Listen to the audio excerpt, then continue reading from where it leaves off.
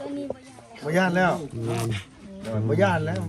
ลุงตลก นั่นแหละ เจ้าย่านผู้นี้บ่ ลุงไผหน้าตาดีลุง เห็นเนาะ มาอยู่เฮ้ย เบิ่งกันนะ ฮะ เราอยู่โอ้นี่ ดีใจนี่นะหัวใจดีแต่ว่าหน้าตาบ่ดี เบิดกันสิว่าพี่น้อยโอ้ยเมื่อยดีบาดนี้ สิก็รอแต่หน้าตาก็ยังดีเนาะ เราบอกเป็นไหนดง ยังป เด้ง ล่อยไป กิน เรื่อยๆนี่ เฮ้ย ดี เนาะ ดีใจแล้วเนาะแล้วนี่เลย ตูดไปอยู่นี่ อันนี้เราว่าบ่บุญมันปลา อันนี้เบาเงานี่นี่เบาเงานี่เบาเงาคนโก้ซุยโยบันทาโก้ไปหน้าเงินสิใส่ประเทงหลาย โจคือสูง ไปบ่เตี้ยเด้ จักกับเราเนี่ยได้ปะ ก็คือจักเนาะ หึผมจักเรามาแต่ดนแล้วบ่รู้ว่าเนี่ยได้ คือจักได้แล้วแหละบางเทื่อเราบ่มีเขาก็ไม่เท่าแบงให้ อ๋อเพิ่นออกไปคอนไปเท่าแบ่งให้คนน่ะนี่ไอ้ ลูก6 คน ยิง4ชาย2 แม่ เฮ็ดได้ไอ้คือจะว่าได้ลูกหลายเด้บอกเลยว่าข่อยผู้อยากได้ลูกอีกนี่ นี่ได้มันแบบมันจะเกิดเอาเล เดี๋ ย ยวมันจะเกิด แม่ โอ้บ่ได้กินหืดกินยาบ่ซะ กินอยู่กับแบบมันห้ามวิธีห้ามเดือนเลย ฮะข้ามวิธีข้ามเดือนไปสิบ่ แม่น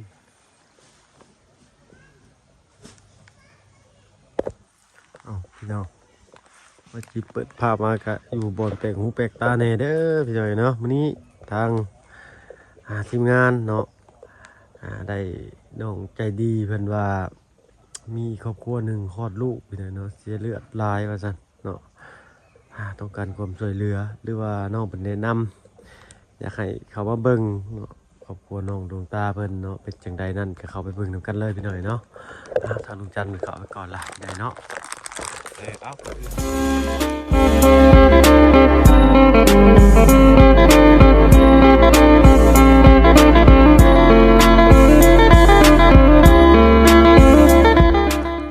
สบายดีเป็นใจดีนะFC เบิร์ดทุกทานเขามาชมช่อง YouTube มาเพิ่งเคยหลายคือเก่าว่าฝั่งไทยฝั่งลาวแล้วก็ทั้งฝั่งต่างประเทศจะยินดีต้อนรับเข้าสู่ช่อง YouTube มาเพิ่งเคยหลายเช่นเคยเนี่ยเนาะ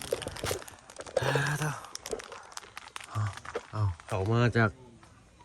บ้านหมู่บ้านเดียวกันเลยพี่เด้อกับอันหมู่บ้านน้องใจดีนะอันนี้เป็นหมู่บ้านกระดับเมืองเซโปนแขวงสวรรณเขตเด้อพี่น้องเด้อเนาะอยู่ในอยู่เลิกแต่พี่น้องทั้งนั้นเป็นน้ำเซได้ทำมาฝึกย่างไปเบิ่งว่าแล้วพี่นี่เปิดเบิ่งไม่ได้เนาะทางลุงจันทร์ยังเข้าไปเบิ่งก่อนแหละพี่น้องเนาะจะให้เข้าไปนำลังติดตามเบิ่งนำกันว่าจะเป็นอะไรนี่หมู่บ้านนี้มีวัดเด้พี่น้องเนาะตั้งแต่มาพี่บ่ค่อยเห็นวัดปานใดได้เนาะน่าจะเป็นผู้ไทยกับชนเผ่าเนาะปะปนกันไปว่าซั่นจ้ะเอาเข้าไปเบิ่งนำกันพี่น้อง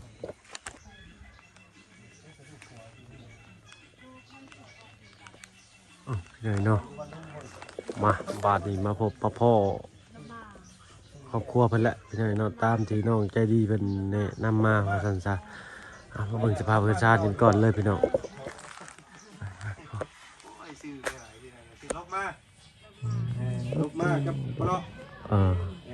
ใครเนี่ยแต่ยังเป็นหน้าหนาวไปเลยเนาะหน้าฝนจะกี่ซำใดเนี่ยเบิ่งสภาพลุงรอบเบิ่งรอบๆกันเลยเนาะ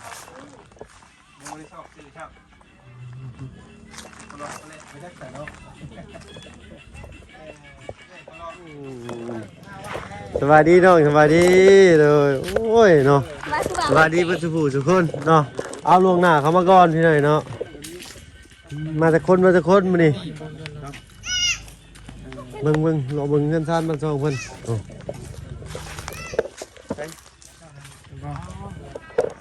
เจ้าหูจักกับเพิ่นได้น้องแกดีนี่เจ้าหูจักกับเราเนี่ยได้ปะ ก็คือจักเนาะ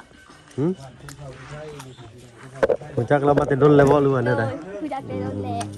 บางเทื่อเราบ่มีเขาก็ไม่เท่าแบงให้ อ๋อเพิ่นออกไปคอนไปเท่าแบ่งให้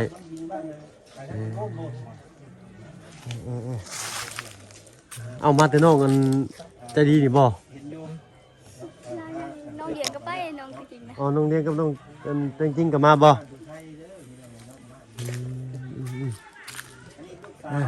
ง่ายเนาะ ประมาณนี้มากับทางลุงเพิ่นนี่แหละแม่นมากับลุงจันทร์2คนคือเก่า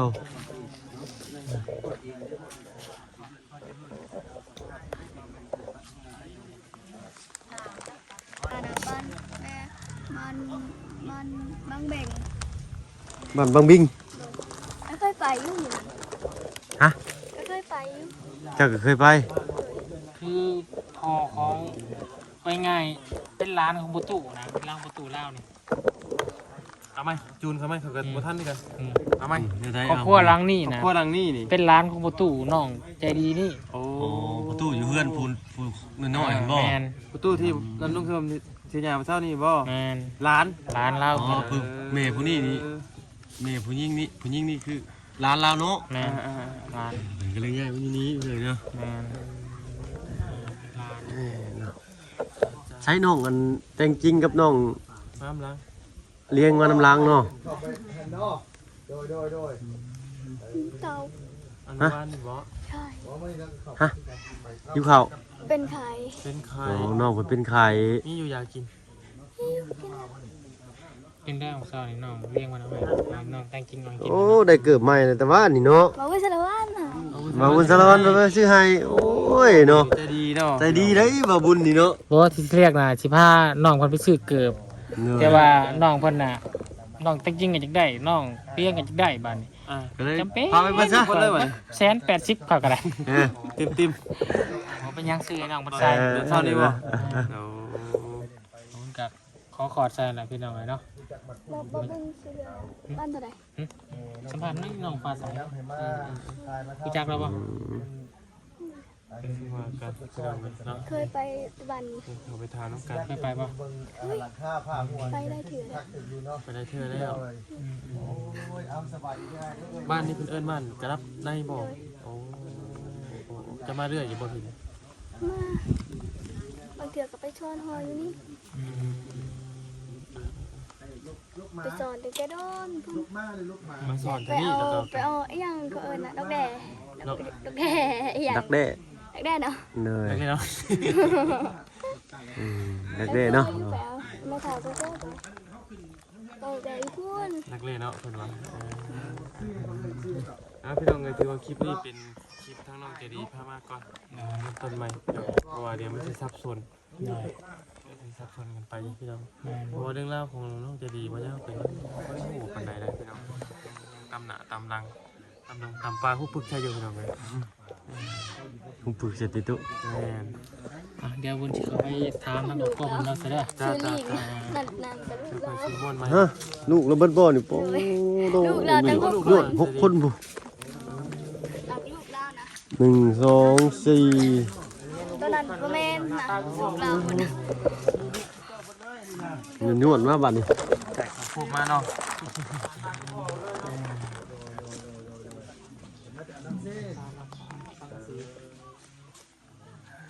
คือพ่อเบิดอันนี้นี่เนาะ ตู้เราบ่ ใส่ซองยิงฉี่แล้วอ่ะอันนี้ เห เพิ่ มือน น ได้ อา ลู บ กลาย น้ำ ได้ ทะเล เนี่ยน้ำทะเล ใช้น้ำเท น้ำเซได้ด้วย ใกล้หรือไกลย่างไปฮอด เนาะผ่านป่านี่ข่อยไปมาเลย อายก็ไปบ่ ไปมาเมื่อกี้นี่ แม่นบ่ แม่นแต่บ่ได้ถ่ายให้ปะลุงเพิ่นเบิ่ง เอ้าคือบ่น้ำไหลบ่ ส่องลงไปเห็นแต่หิมแตะฟังมันนะ โอ้ น้ำช่วงนี้บ่หลายมันไหล ป หา ลา ด เซ สิ แซ่บเลยปลาเซ เมื่อคืนนี่จะพากินปลาเซ วะ วะ ลุงเคยไปข้าวพี่น้องเลย เขาจะเบิด เขาเรียกว่า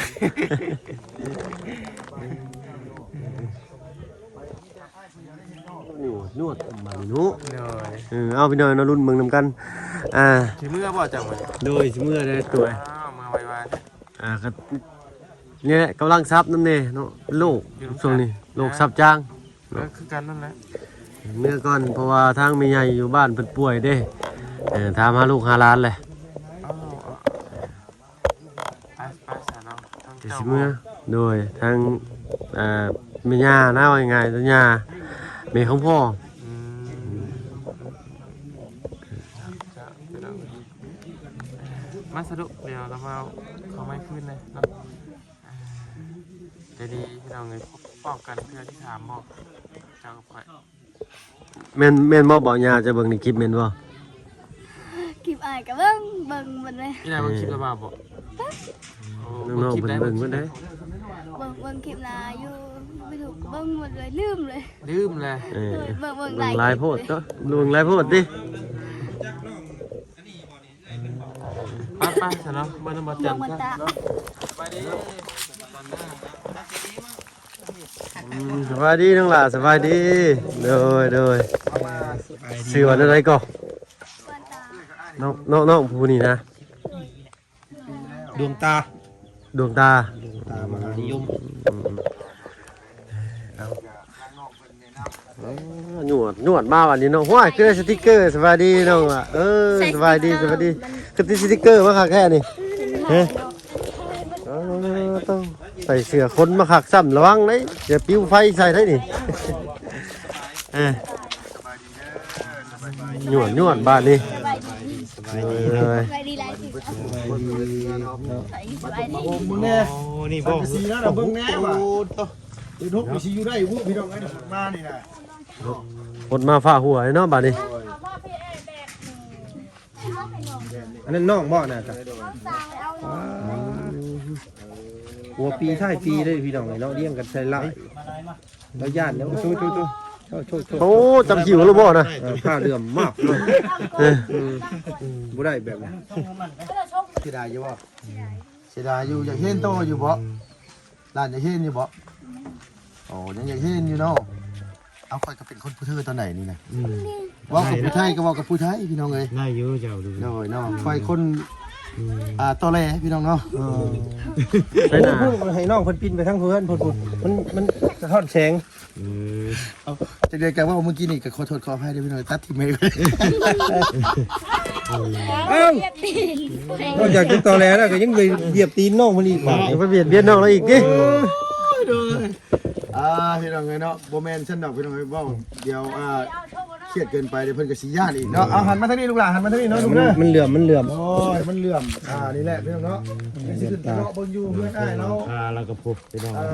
มุ มุงรับมุงนอนลุงเอ้ยขึ้นไปเบิ่งแน่ เดือดดาว เนาะจักมุงใดเป็นมุงนอนจักมุงใดเป็นมุงรับ เนาะ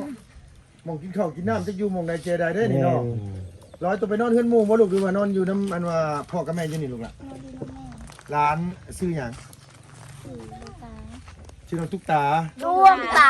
ดวงตา บ่แม่นตุ๊ก ดวงตาของฉันมันมืดมิดเนาะโอ้โดย ลุ่มดีให้ลุงมาดิเนาะโดนเปรมาดิ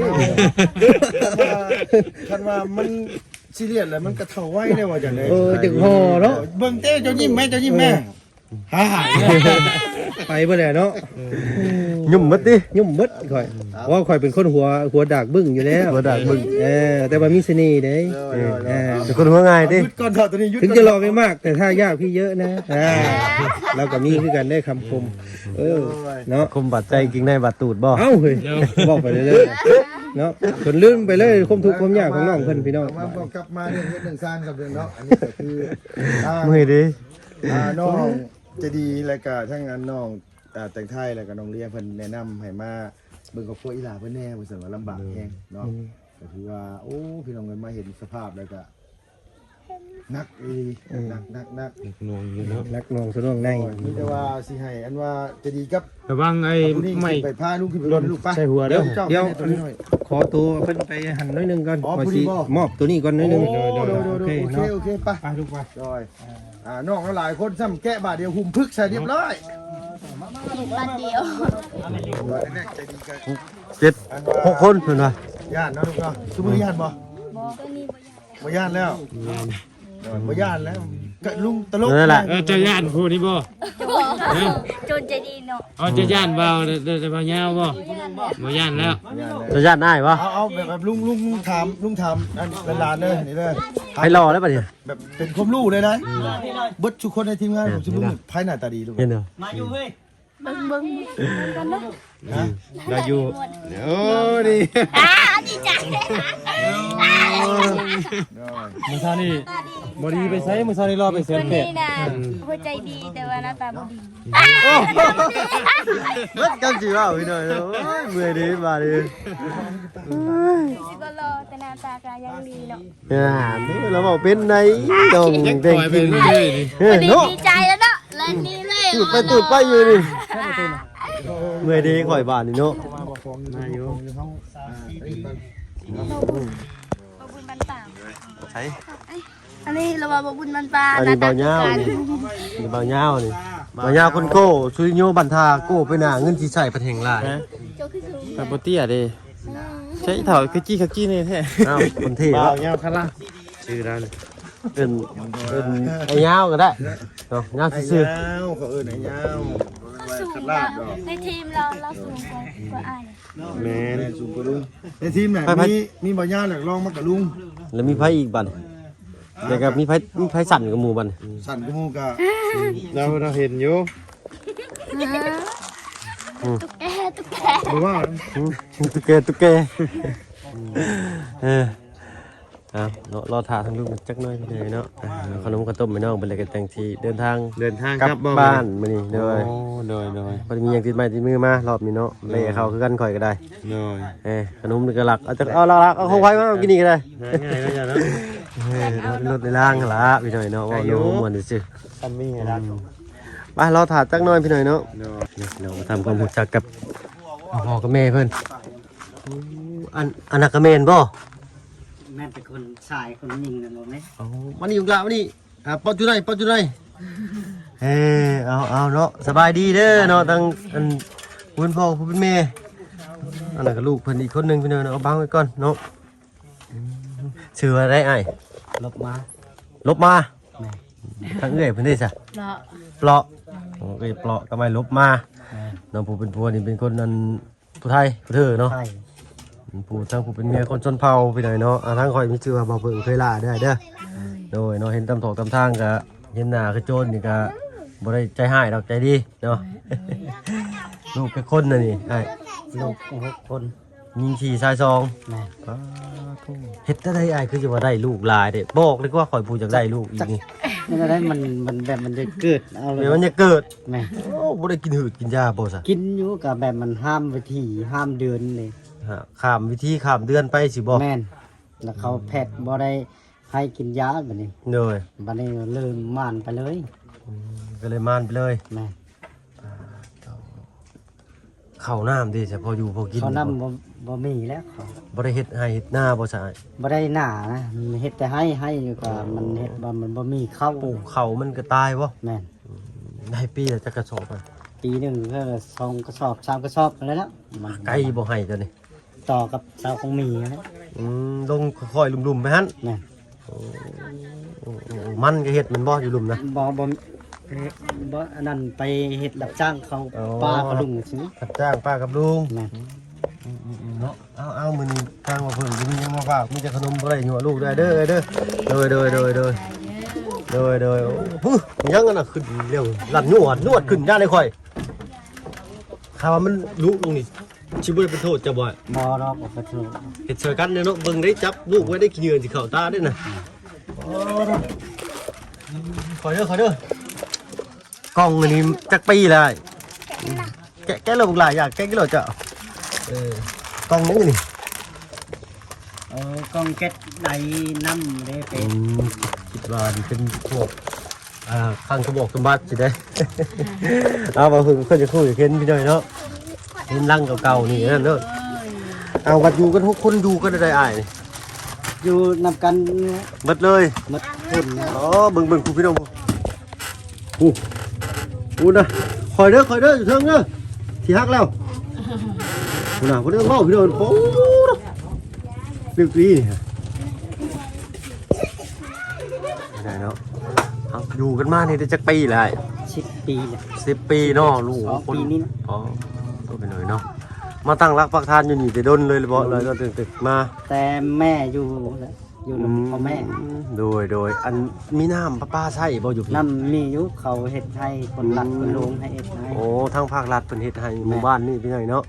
แม่ ก็สิบายสิอันไข่เนี่ยก็หมู่บ้านอื่นน้อยนึงเนาะแต่ก็คึกบ้าเลยแถวนี้ก็บ่มี ดินชุ่มน้ำนะบ่มีดินชุ่มน้ำสิได้เฮ็ดให้เฮ็ดนา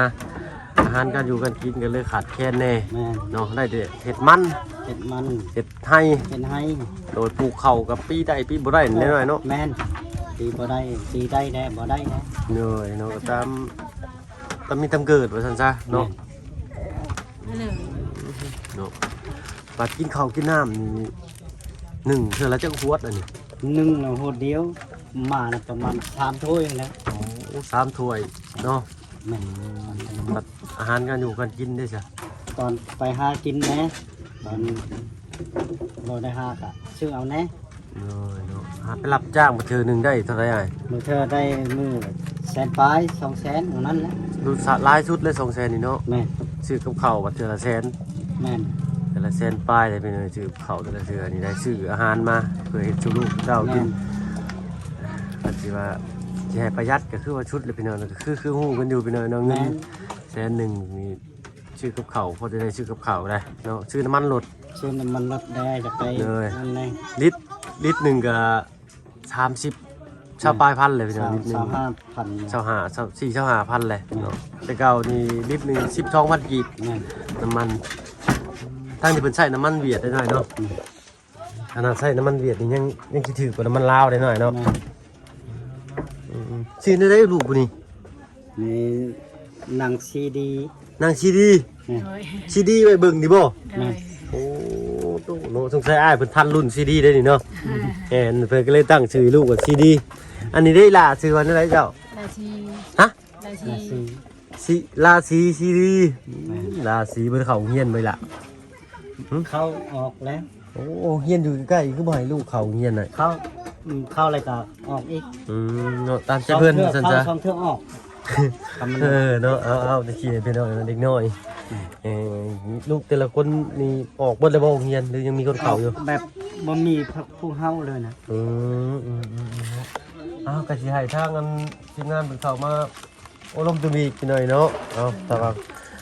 ก็นี่แหละเข้ามาเบิ่งครอบครัวเพิ่นเนาะครั้งแรกกินหน่อยเนาะก็อบอุ่นหลายแซ่บอยู่เนาะ